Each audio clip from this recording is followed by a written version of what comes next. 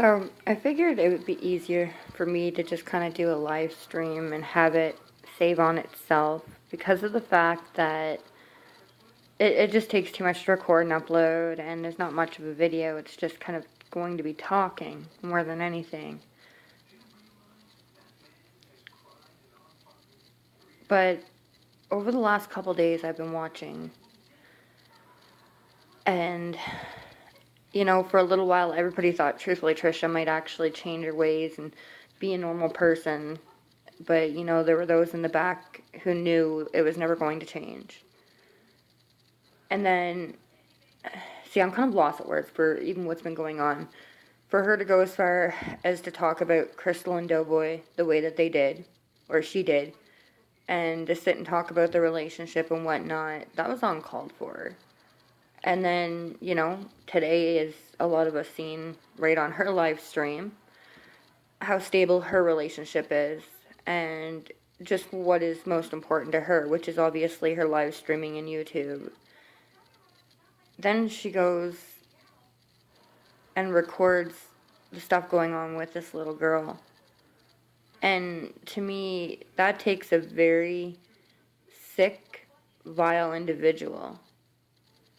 And I know myself, if I was that child's mother, I would not want people recording it in the way that she did. Having someone, kind of put the word out there so that, if somebody had any information, maybe it could help them. But to sit there and turn it around to make it all about her and to invert herself into the situation the way she did. She doesn't know this little girl. She has no relation to this little girl. I don't even believe she knows the parents. But to sit there and drive by their house and record what is going on and, act as if it's her going through the situation is sickening. And I mean, it's one thing to drive by once and show it, but I mean, she circled a couple times. And I know ever since this, she's been in hystericals apparently. And what really makes me mad is earlier in a video today, she blamed what she seen yesterday while driving past I believe it was a scene where they were just diving. But she blamed seeing that on how she's acting today and what's going on between her and Sean. And, for one, it don't matter what you see, what you go through. The fact of the matter is, she chooses the internet over her husband and her child. Doesn't matter who you are, doesn't matter where you come from. If you choose the internet over your child and your husband, they're going to get fed up with it, and they're obviously going to tell you to get the fuck out. So, I don't know what she expected out of that. But at the same time, as far as I'm concerned, Sean should have known what was going to happen. He should have known the day that they came back from Dr. Phil and she was right back on live streaming again. She doesn't want to change. And for people saying, oh, this is her platform, this is her way to vent, this is her therapy. What therapy is she getting out of it?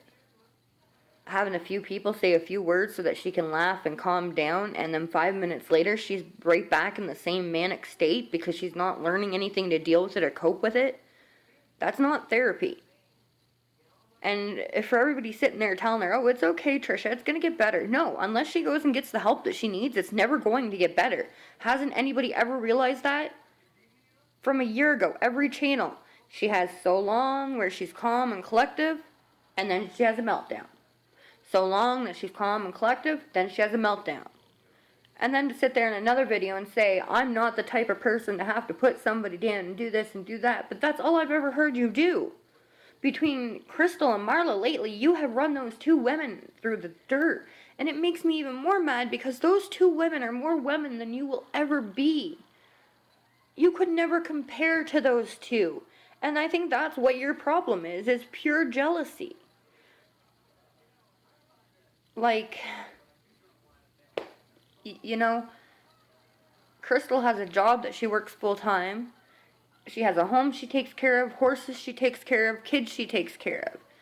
And for you to sit there and talk about her parenting because of the fact that she makes a few 10-minute videos or she might stream live at night is really sickening because, you know, yeah, a parent has to be a parent, but we do still have us time. You know, if a parent does things right, a child is occupied and doing their thing, then there's no reason that we can't come on live for a few minutes. Or if our child is having a nap, there's no reason that we can't come on live. Or let's say our child's out with friends. You don't always know what's going on. So you can't sit there and just assume, oh, they're a bad parent because they're on live stream. Kids have friends, they go places, they have naps. You know, if her kid's sitting there on a Nintendo DS playing a video game and is occupied and happy, why couldn't they go on live stream? I don't see anything wrong with it. I think I got company coming. Say hi. Movie! Oh, back.